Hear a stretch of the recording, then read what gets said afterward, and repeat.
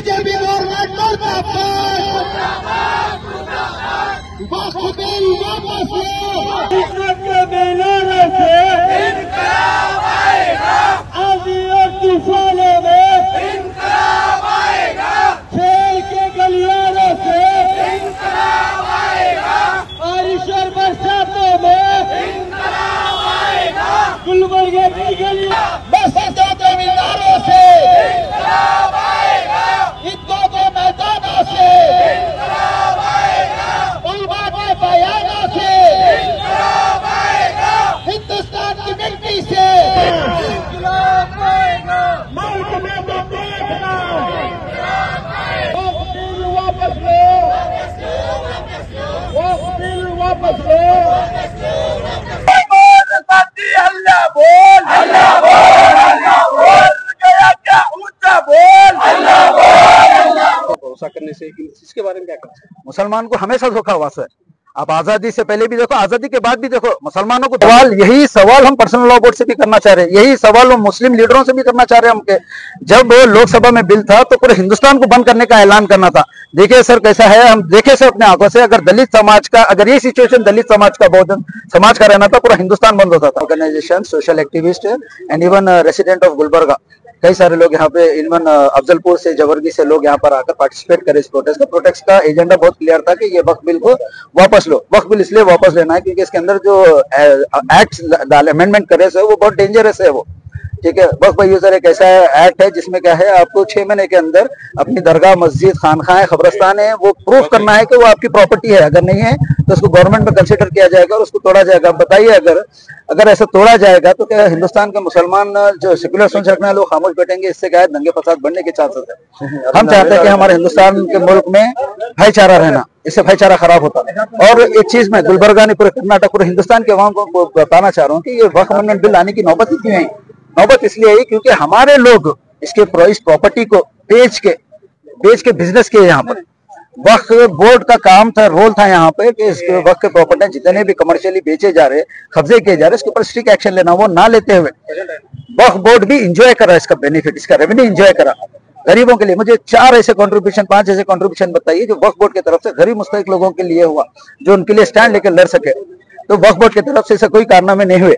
और अब ये देखिए, रही बात अब ये पर्सनल लॉ बोर्ड की, आई रियली अप्रिशिएट कि पर्सनल लॉ बोर्ड वक्फ अमेंडमेंट बिल में आ रहा है और कंटिन्यूसली डे 1 से है। और अपील कर रहा हूँ, अपील कर रहे हैं सब लोगों को क्या एनकरेज। अब मैं पर्सनल लॉ बोर्ड से मैं ये पूछना चाह रहा हूँ कि जब मोब लिंचिंग हो रहा, कई सारे मुसलमानों को मारा जा रहा, कई सारे मस्जिदों को तोड़ा जा रहा, बुलडोजर की पॉलिटिक्स चल रही है, तो कहाँ है ये पर्सनल लॉ बोर्ड वाले? जब इनको नजर नहीं आ रहा वक्फ बिल में ही ये लोग एक्टिवली काम क्यों कर रहे हैं? क्या ये वक्त को, हकीकत में लोग वक्त को बचाना चाह रहे हैं? क्या वक्त के जायदादों को जो एमएलए, एमपी, जो बिजनेसमैन जो लूटे, उनको प्रोटेक्ट करना चाह रहे हैं? देखिए मुझे पता है, जब ये बिल, ये एक्ट बना, ये कानून बना, ये सुप्रीम कोर्ट में चैलेंज किए सो ये एक्ट को। हमारा प्रोटेस्ट से वो एक्ट, प्रोटेस्ट का लोगों के लिए करो, कानून नहीं बता, कानून बदलने के लिए अमेंडमेंट करना पड़ता फिर से इसको। ये मेरे को मालूम है, हम लोगों को मालूम है प्रोटेस्ट करने से, मगर प्रोटेस्ट का मकसद सीधा सीधा है कि हम पूरे लोगों को बताना चाह रहे हैं कि अगर वक्त अमेंडमेंट बिल आया तो उसके जिम्मेदार कहीं ना कहीं यहाँ के सियासतदान है, यहाँ के बड़े बड़े बिजनेसमैन है, और ये वक्फ बोर्ड डिपार्टमेंट और पर्सनल लॉ बोर्ड भी है इसका जिम्मेदार। अब बताइए मुझे कि पर्सनल लॉ बोर्ड ऐलान कर रहे हैं कि अब हम पूरे हिंदुस्तान में एक वक्त पे हम प्रोटेस्ट करेंगे। मकसद क्या है अभी प्रोटेस्ट करने का तुम्हारा पूरे हिंदुस्तान में एक वक्त पे? क्या तुम प्रेशर बिल्ड करना चाह रहे बीजेपी वालों के ऊपर? कि प्रेशर बिल्ड कर आप ये करना चाह रहे कि आपके साथ जितने भी लोग जुड़े हुए हैं, जो काम कर रहे हैं, उनके प्रॉपर्टियों को सेव करने के लिए? आखिर क्या है ये? कॉमन एक छोटे बच्चे को भी मालूम है, सुप्रीम कोर्ट में चैलेंज करने के बाद पूरा इंडिया लेवल प्रोटेस्ट करने से सोल्यूशन नहीं है। सुप्रीम कोर्ट में स्ट्रिक्टली फाइट करना है इसके ऊपर। तो ये बहुत बड़ी पॉलिटिक्स चल रही है, हम लोगों को समझना है ये चीज के ऊपर। और रही बात गुलबर्गा के अवाम, देखिए कैसा था, हम जब छोटे थे, हम पहले तो क्या है मालूम, पहले हमारे खान लोग अगर किसी चोर के साथ भी ठहरना बोले तो अपने आप को शर्मिंदगी फील करते थे, सूदखोर के साथ ठहरना बोले तो शर्मिंदगी फील करते थे, एक कब्जेदार के साथ करना बोले तो अपने को शर्मिंदगी फील होती। मगर आज क्या है, सूदखोर चोरों के साथ ठहरना, मीटिंग करना आज फखर की बात समझ रहे हैं लोग। और ऐसे लोगों की वजह से आज ये कौम को है नीचे गिरना पड़ रहा और हम लोगों को ये सब झेलना पड़ रहा हम लोगों को। तो मैं वैसे लोगों से, जो खुददार लोग हैं पूरे हिंदुस्तान में, हमारे गुलबर्गा में, उनसे कहना चाह रहा हूँ, भैया आप लोग बहुत अच्छे घर आने के, अच्छे खानदान के लोग हैं, आप किसके साथ ठहर रहे, किसके साथ मीटिंग कर रहे, वो भी हम लोगों को देखना है। हम लोगों को जब तक हम गलत को गलत बोलने की ताकत नहीं रखेंगे, गलत को गलत बोलने की ये नहीं करेंगे तो हम कभी आगे नहीं बढ़ सकते। सर, चंद्रबाबू नायडू हो, चाहे नीतीश कुमार हो, चाहे चिराग पासवान हो, इनके ऊपर सारे हिंदुस्तान के मुसलमानों की नजर टिकी हुई थी ताकि वो जो है ना वही वक्फ बोर्ड पर रोक सकते थे ये चाहे तो, पर भरोसा करने से इसके बारे में क्या कहना चाहिए? मुसलमान को हमेशा धोखा हुआ है। आप आजादी से पहले भी देखो, आजादी के बाद भी देखो, मुसलमानों को धोखा हुआ है। हम लोग क्या है, यही सवाल हम पर्सनल लॉ बोर्ड से भी करना चाह रहे हैं, यही सवाल हम मुस्लिम लीडरों से भी करना चाह रहे हैं। हमके जब लोकसभा में बिल था तो पूरे हिंदुस्तान को बंद करने का ऐलान करना था। देखिए सर कैसा है, हम देखे सर अपने आंखों से, अगर दलित समाज का, अगर ये सिचुएशन दलित समाज का, बहुजन समाज का रहना था, पूरा हिंदुस्तान बंद होता था। सिख भाइयों का रहना था, पूरा हिंदुस्तान बंद होता था। मुसलमानों का रहा तो ये मुसलमान अपने बड़े जिम्मेदारों के भरोसे पे बैठे हुए रहते, तो जिम्मेदारों का काम था ऐलान कराना कि आप लोग उतरो मैदान पे और लड़ो बोलकर। सर, आखिर मुसलमान भरोसा करे तो किस पे करे? आखिर मुसलमानों का एक दिग्गज लीडर अभी तक क्यों नहीं? एमआईएम के साहब जो असद साहब, इनके ऊपर भी जो है ना भरोसा नहीं करते, तो आखिर मुसलमानों का लीडर, मुसलमानों को अब नया मूवमेंट करना जरूरी है। मैं मुसलमान के जो फ्रंट जो सीनियर लीडर्स है उनकी तो बात नहीं कर सकता मेरे को, मगर आज के दौर में नौजवानों को आगे बढ़ना जरूरी है। हर घर में मैं बताना चाह रहा हूँ जो हालतें हमारे हिंदुस्तान में चल रहे हैं उस हालतों के हिसाब से हर घर में एक लड़का एडवोकेट बनना और एक लड़का सियासत में आना बहुत जरूरी है। जब तक हम लोग अपने न्यू जनरेशन, जो यूथ जनरेशन, जब तक ये पॉलिटिक्स में नहीं है, हम उसको नहीं सुधार सकते। सर, कुछ लोगों का कहना है कि मुसलमानों की वक्ती जो प्रॉपर्टी है, कुछ मुसलमान लोग भी उसका गलत इस्तेमाल करें। बिल्कुल करें, इसका जिम्मेदार यहीं पे गुलबर्गा में ले लो। क्या गुलबर्गा में हमारे एमएलए सपूत है? क्या गुलबर्गा में नहीं है? हमारे पास अनवर मानपाड़ी की रिपोर्ट को अगर इम्प्लीमेंट करेंगे तो पूरे हमारे सामने, पूरे नजरों के सामने आ जाते हैं वो सब। तो बहरहाल कंक्लूजन यही है कि तमाम हम नौजवानों को, प्रोटेस्ट का मकसद यही है।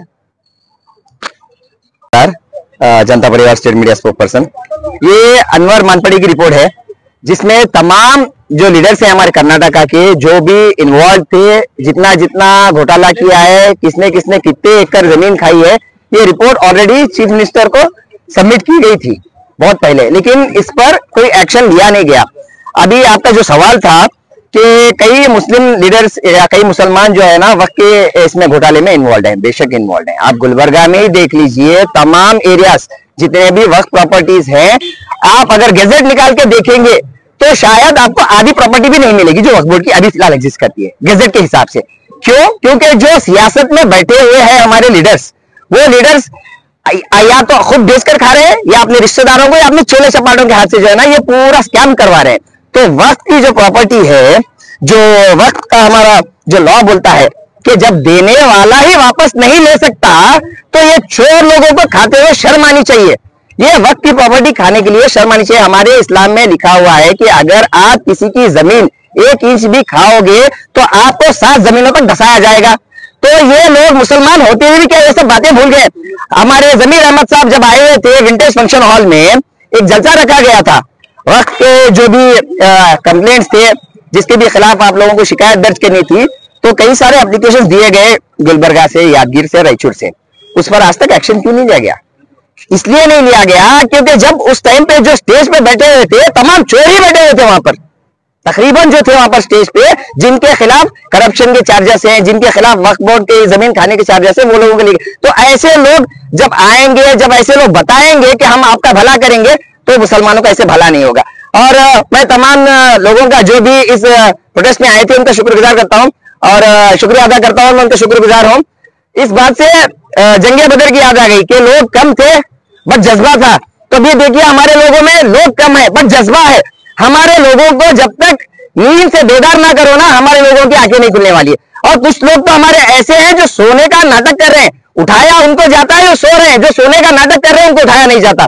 ये जो फिलहाल वक्त बिल बना हुआ है ये टोटली अनकॉन्स्टिट्यूशनल है। इसमें ये लोग बताते हैं कि इस बिल के थ्रू ये लोग बेटर मैनेजमेंट करेंगे, वुमेन एम्पावरमेंट करेंगे, गरीब तबके को अपलिफ्टमेंट करेंगे। ये लोग बताएंगे वुमेन एम्पावरमेंट, जो हमारी बहनों का, हमारी बेटियों का जो हिजाब निकालवाते हैं स्कूल में जाने के बहाने से, वर्क पे जाने के बहाने से, एग्जाम में जाने के बहाने से, ये जब मुसलमान की औरतों की इज्जत नहीं करना चाहते तो ये लोग हमारी औरतों की अपलिफ्टमेंट की बात करेंगे। ऐसा है क्या? हाँ, अभी आप देखें कर्नाटका में जो 4% मुस्लिम का बिल था उसको खारिज किया गया। मुंबई की सरकार में 2020 में खारिज किया गया था रिजर्वेशन, जो 4% रिजर्वेशन।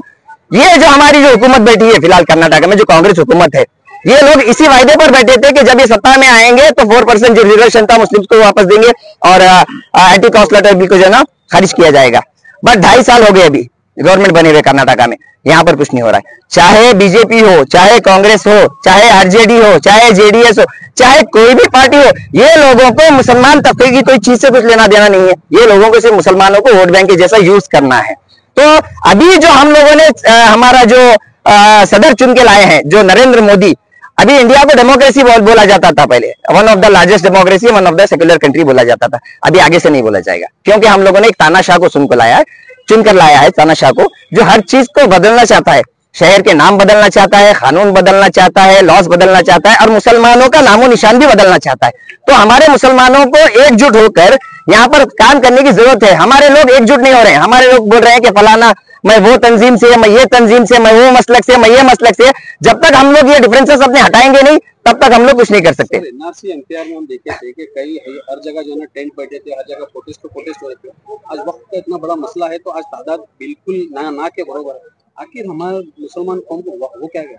देखिए, एनआरसी का जो मसला था, लोगों ने उसको पर्सनल लिया था कि हम पर भी आंच आएगी, हम पर भी आंच आएगी। जब घर की बात आती है, एनआरसी, आप एनआरसी की बात कर रहे हैं। अभी यहीं पर कुछ महीनों पहले हम लोगों ने एक प्रोटेस्ट किया था जो संघ के खिलाफ था। आपने तादाद देखी, ये सारी सीढ़ियां भर गई थी। क्यों? वो खुद की बात थी, घर की बात थी। ये क्या बात है? ये लोगों को ऐसा लगता है कि वक्फ बोर्ड से हमारा क्या ताल्लुक, भाई हमें वक्फ बोर्ड से क्या लेना देना। लोगों को लग रहा है कि वक्फ बोर्ड से हमें क्या लेना देना, वक्फ से हमें मिला क्या है। मैं लोगों को बोलना चाहूंगा, अगर एक बाप पाल पोस कर किसी बच्चे को बड़ा करता है और अगर कल के दिन उस बच्चे से कमाई नहीं मिलती, तो क्या बाप उस बच्चे को छोड़ देगा, किसी और के हवाले कर देगा? नहीं। मुसलमानों को ये समझना चाहिए कि ये बिल हम लोगों के